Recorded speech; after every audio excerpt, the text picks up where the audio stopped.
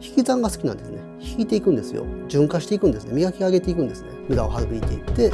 美しいものを残したいっていうのはありますね。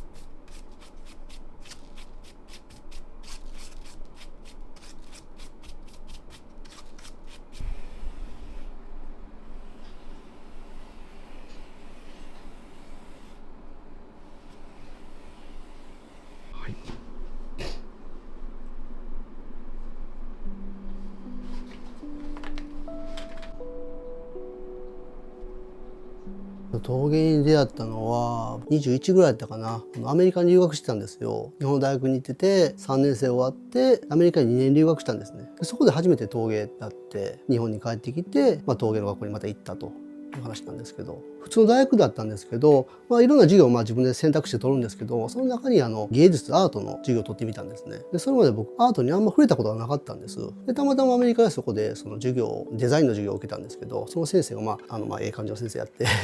KG アートっていうのはこういうものだよってことを教えてくれて、でそれこれ面白いなと。自分を表現するって何やと、自分を表現するとかそのないものから作り出すっていうことがすごい楽しくて、デザイン撮ったり絵画撮ったり写真撮ったりで陶芸撮ったり、いろんなこのアートの分野ちょこちょこかじった中で陶芸が一番面白くて、一生やりたいなと、仕事にしたいなと思って、で日本に帰ってきて多治見の方に本格的に勉強に入るっていうことがあったんですけど、25ぐらいの時から多治見の陶磁器気象研究所の研究生というところに入って2年間勉強したっていうことですね。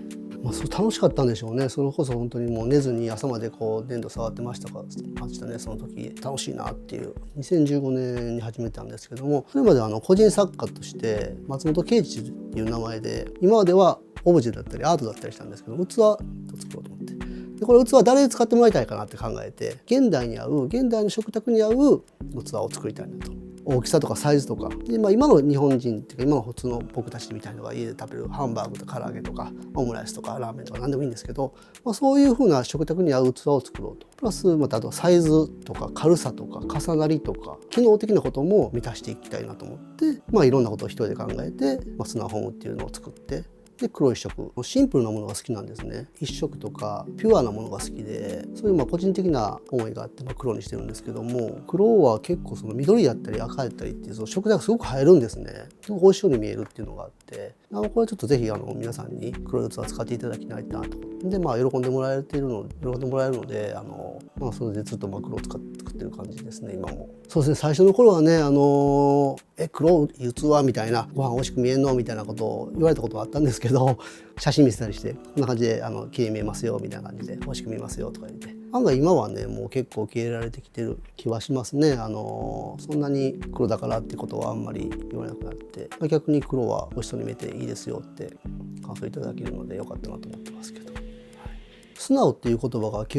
個人的に好きで、作るものもシンプルなもの好きで、シンプルっていう英語があると思うんですけども、それを日本語に返す時に簡単ではなくて、僕のイメージは素直っていう言葉があるんですね。自分の子供が2人いるんですけども、子供にも素直っていうその漢字を当てはめて名前にしてるんですけども、素直でホーム、家で使うっていう食器っていうそういうイメージで素直ホームっていうブランドの名前を付けました。結局生き方だと思うんですよ。素直に生きたいなっていうか、いろんなことを素直に受け止めたいなっていう。で子供にもそういう名前を付けたってことはそういうふうな感性を大切にしてもらいたいなっていう思いはありますね。オブジェとかその個人名でやってた時っていうのは目線っていうのは自分に向いてたんですね。自分が綺麗なものとか美しいものを作りたいって、自分が何か表現したいっていう陶芸家として活動してたんですけども、スナーホームってなった時に使ってもらう相手を結構微量になったんですね。使ってもらって喜んでもらえて嬉しいなっていう感じになったので、自分が作りたいものというよりは人が求めるもので、それで喜んでもらえるものでそこにやっぱり手作りなので作家性が入ると思うんですけども、どういったものが皆さん使われるかな、喜んで使ってもらえるかなと、で喜んでもらえるかなと、そのニーズっていうのはやっぱり考えるようになりましたね。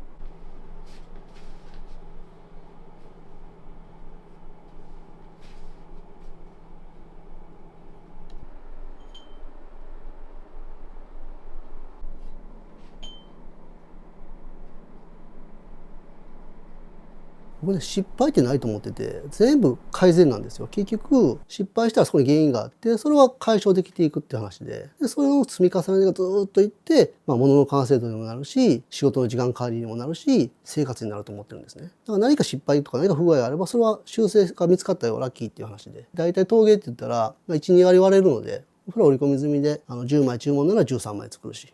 はい、もうちゃんとやっておけば大丈夫です。陶芸教室始めたきっかけは、知り合いが教えてほしいと。僕一人でその工房を作って作陶したんですけども、空いてる時間でちょっといいよっていうのから始めたんですけども、そんな今度でちょっと人が増えてきたんですけども、喜んでもらえることが喜びになるんですね。で、楽しかったよって帰っていくと。で、出来上がって嬉しいって帰ってもらうと。僕もそれに対して喜びがあるんですね。で、生徒さんそれぞれ一人一人にね、ニーズが違うというか、希望が違うんですね。ゆっくり楽しんだ時間を過ごしたい。いいものを作りたいとか、誰かにあげるものを作りたいとか。そういう一人一人のこの対話しながらやっていって、僕の技術でそれを喜びに変えてもらえるっていうのはね、すごくね、嬉しいことですね。作る方と教室っていうのは、両方とも大切なその一部やなと思って。陶芸が人生に与える彩りみたいな、僕は陶芸を仕事にしてますけども、仕事にしてない楽しみっていうのはあるなっていうのは思いますね。これが生活の一部になって、陶芸して楽しい時間を過ごして、作ったものが家で使えてっていう、その趣味としての楽しみの彩りっていう部分ではいいなと、思ってますけど。